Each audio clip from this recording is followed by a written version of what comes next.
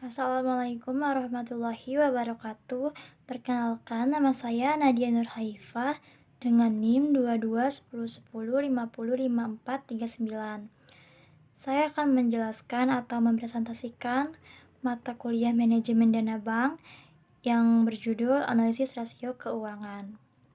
Dimulai dari latar belakang, penelitian ini dilatar belakangi oleh peran bank sebagai lembaga intermediasi yang menghimpun dan menyalurkan dana masyarakat untuk mendukung pertumbuhan ekonomi. Oleh karena itu, manajemen dana bank harus dikelola secara efektif agar keseimbangan likuiditas, profitabilitas, dan risiko tetap terjaga.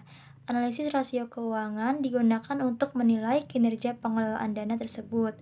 PT Bank Artagraha Internasional dipilih sebagai objek penelitian guna mengetahui kondisi keuangan dan efektivitas manajemen dananya.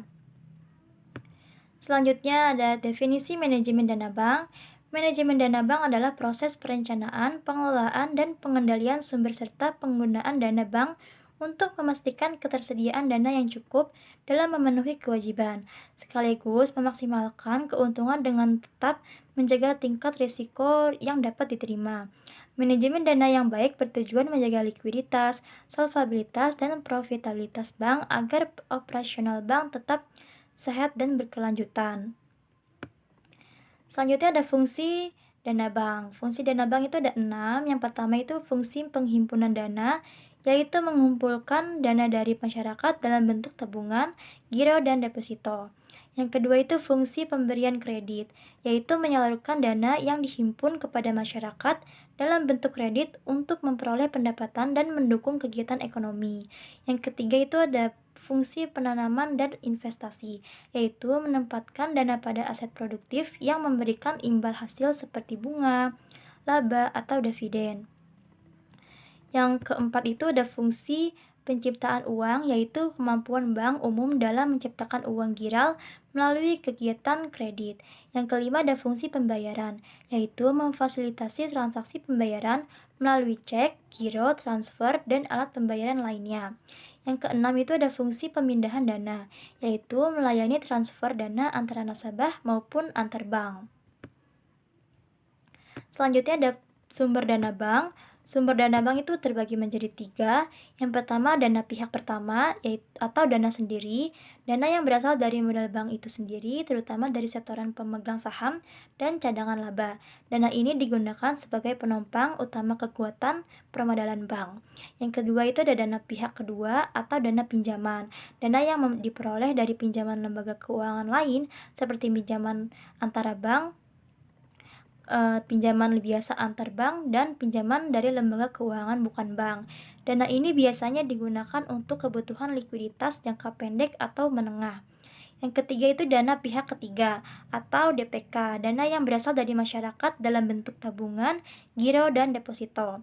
Dana pihak ketiga merupakan sumber dana terpenting dan terbesar bagi bank karena jumlahnya relatif besar dan menjadi dasar utama penyaluran aset. Selanjutnya ada rasio keuangan bank. Menurut Kasmir 2008, rasio keuangan merupakan kegiatan membandingkan angka-angka yang ada dalam laporan keuangan dengan cara membagi satu angka dengan angka lainnya. Perbandingan dapat dilakukan antara satu komponen dengan komponen dalam satu laporan keuangan atau antar komponen yang ada di antara laporan keuangan. Selanjutnya ada jenis-jenis keuangan. Jenis-jenis keuangan itu ada 4. Yang pertama, rasio likuiditas. Rasio ini digunakan untuk mengukur kemampuan bank dalam memenuhi kewajiban jangka pendeknya. Rasio likuiditas menunjukkan tingkat keamanan bank dalam menghadapi penarikan dana oleh nasabah. Contohnya rasio likuiditas dalam perbankan adalah loan to deposit ratio. Yang kedua itu ada rasio solvabilitas. Rasio solvabilitas digunakan untuk menilai kemampuan bank dalam memenuhi seluruh kewajibannya dengan aset yang dimiliki. Rasio ini menunjukkan kekuatan permodalan dan tingkat rasio bank. Contoh rasio solvabilitas adalah capital adequacy ratio. Selanjutnya yaitu nomor 3, rasio profitabilitas. Rasio ini digunakan untuk mengukur kemampuan bank dalam menghasilkan laba dari kegiatan operasionalnya. Rasio Profitabilitas mencerminkan efektivitas manajemen dalam mengelola aset dan modal. Contohnya adalah return on asset, return on equity, dan net interest margin. Yang keempat itu ada rasio aktivitas. Rasio aktivitas digunakan untuk menilai efektivitas bank dalam memanfaatkan aset yang dimiliki.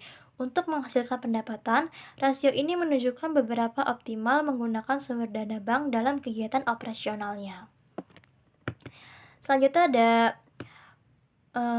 pengertian dari atau profil dari PT Bank Artagraha Internasional. PT Bank Artagraha Internasional merupakan bank umum swasta nasional yang bergerak di bidang jasa perbankan di Indonesia. Bank ini didirikan pada tanggal 7 September 1973 dan mulai beroperasi sebagai bank umum setelah memperoleh izin usaha internasional, telah tercatat sebagai perusahaan terbuka di Bursa Efek Indonesia. Bank ini menyediakan berbagai produk dan layanan perbankan, meliputi penghimpunan dana seperti tabungan, giro, dan deposito, serta penyaluran kredit untuk segmen retail dan usaha kecil menengah yaitu UKM. Selain itu, Bank Artagraha Internasional juga mengembangkan layanan perbankan digital untuk meningkatkan kualitas pelayanan kepada nasabah. Dalam menjalankan operasionalnya, Bank Artagraha Internasional berkomitmen untuk menerapkan tata kelola perusahaan yang baik, meningkatkan kualitas sumber daya manusia, serta beradaptasi dengan perkembangan teknologi dan dinamika pasar perbankan nasional. Selanjutnya ada analisis rasio. Yang pertama, rasio likuiditas. Rasio yang dianalisis seperti rasio lancar menunjukkan kemampuan aset lancar dalam menutup kewajiban lancar. Dalam periode 2023 sampai 2024, rasio lancar PT Bank Artagraha Internasional berada di atas 100%, sehingga dinilai baik karena bank mampu memenuhi kewajiban jangka pendeknya. Selanjutnya ada cash ratio atau rasio kas, mengukur kemampuan kas dan setara kas dalam menutup kewajiban lancar. Hasil perhitungan menunjukkan rasio kas yang masih di bawah standar sehingga dinilai kurang baik karena kas yang tersedia relatif kecil dibandingkan kewajiban jangka pendek. Selanjutnya ada loan to deposit ratio, yaitu mengukur seberapa besar dana pihak ketiga disalurkan menjadi kredit. Nilai loan to deposit ratio ini tahun 2023 sampai 2024 berada jauh di bawah standar Bank Indonesia dari 75% sampai 100%, yang berarti fungsi intermediasi bank belum optimal meskipun kondisi likuiditas tergolong longgar. Selanjutnya ada analisis yang ketiga itu rasio solvabilitas. Rasio yang dianalisis yaitu debt to asset ratio, menunjukkan proporsi aset yang dibiayai oleh utang, nilai dan masih berada di bawah batas 90%, sehingga kondisi solvabilitas berdasarkan rasio ini tergolong baik. Selanjutnya ada debt to equity ratio yang mengukur perbandingan total utang terhadap modal sendiri. Nilai DER sangat tinggi dan meningkat pada tahun 2024, yang menunjukkan ketergantungan bank terhadap dana utang lebih besar dibandingkan modal sendiri, sehingga dinilai kurang baik dan berisiko bagi struktur permodalan bank. Yang ketiga itu ada rasio profitabilitas. Rasio yang dianalisis seperti return on asset mengukur kemampuan bank menghasilkan laba dari total aset.